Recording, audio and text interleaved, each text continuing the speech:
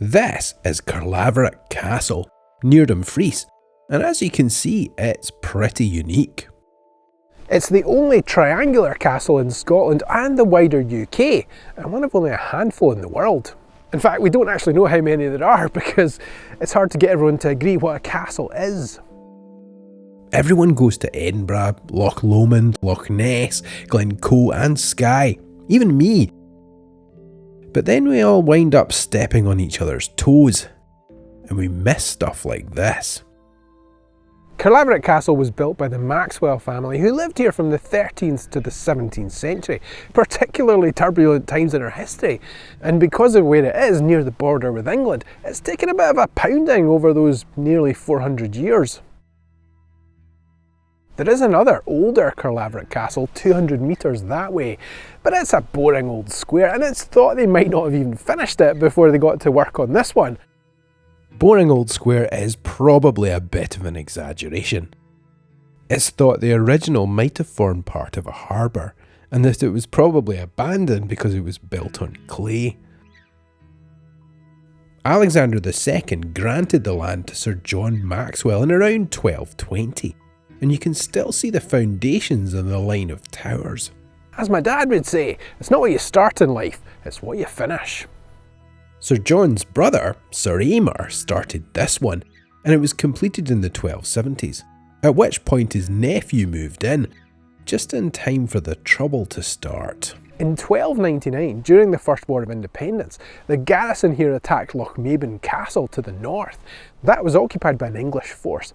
And Edward I, yeah, that guy, marched north with his army in 1300.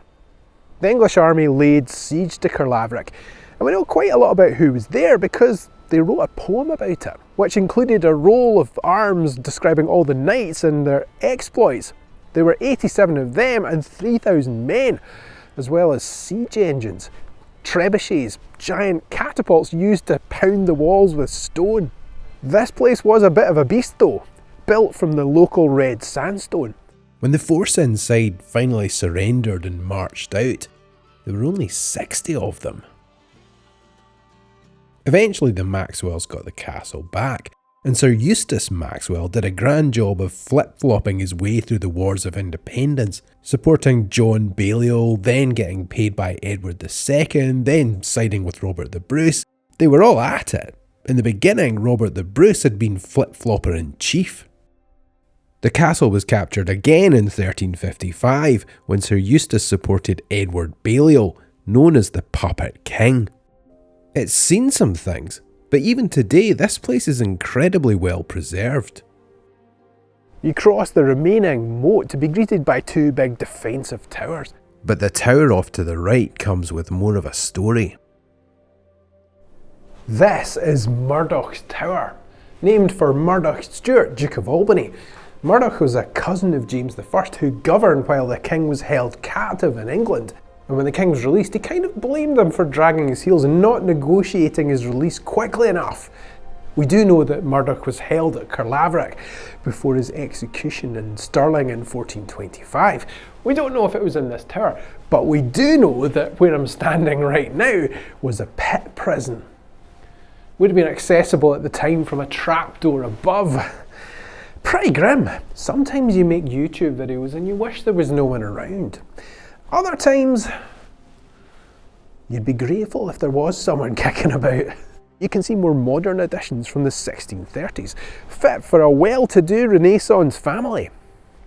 But it was religious Renaissance that had the biggest impact on the castle. During the 16th century, Scotland went through the Protestant Reformation. The Maxwells stayed Catholic, and when the Protestant lords forced Mary Queen of Scots to abdicate in 1567, they supported her. Which is why another English force, led by the Earl of Sussex, laid siege to the castle again and blew up the gatehouse with gunpowder. The 8th Lord was killed in a battle with the Johnstons. Then the 9th Lord took his revenge by murdering the Johnstons' chief, went on the run to France, and was finally beheaded in Edinburgh, on the orders of another angry King James. The 10th Lord married well. His wife was the cousin of one of James VI's favourites, and he wound up being the Earl of Nithsdale. Which is when he built these swanky modern apartments. They're known as the Nithsdale Lodgings, and they were completed in 1634. All very fancy looking, with room for banqueting and showing off your newfound status. But that didn't last. In 1640, a letter warned the Earl of Nithsdale of the dainty fabric of his new lodgings. Later the same year, the Covenanter army laid siege to this place for 13 weeks, and the southeast tower just behind me and this curtain wall, or what's left of it, were destroyed, leaving a cutout that looks like an illustration from a history book. Pretty cool, almost as though it was planned that way. This is the bakehouse, and this well behind me is the reason that they were able to last out for 13 weeks. This would have been a busy place. The ovens in here would have had to cook 2 loaves of bread for everyone in here. People basically ran on carbohydrates in those days, which sounds fun, but definitely wouldn't fly with my wife. The Earl and his family and a page were allowed to leave, but according to one source, 40 supporters were killed, and that was it for Caerlaverock. The Maxwells carried on, and in 1715 William Maxwell, the 5th Earl of Nithsdale, got involved with the Jacobite uprising. He was captured in Preston, and on the 9th of February 1716, sentenced to death. His wife, Lady Winifred Maxwell, went to London to plead for his life in vain. Then she visited him in the Tower of London.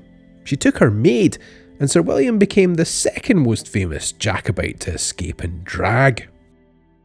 The family's influence crossed Galloway, which is a relatively big area. At one time they even owned the farm I grew up on and made quite a lot of money from smuggling, not while I was there. I've been meaning to come here for a while. I first saw this place on a local phone book, which tells you A, that I grew up round here, and B, that I'm quite old. Edinburgh Castle and Urquhart Castle and Elandonnan Castle are famous, but this is a bit more unusual. Historic sites in Scotland are kind of becoming victims of their own success, with excessive footfall. The first time I went to Culloden, I noticed that one of the gravestones was fenced off because the land round it had been damaged. The stone in question had the name Fraser on it. And while it's good to see these places, it's also good to spread the load a bit. You never know, you might discover something just a bit more interesting.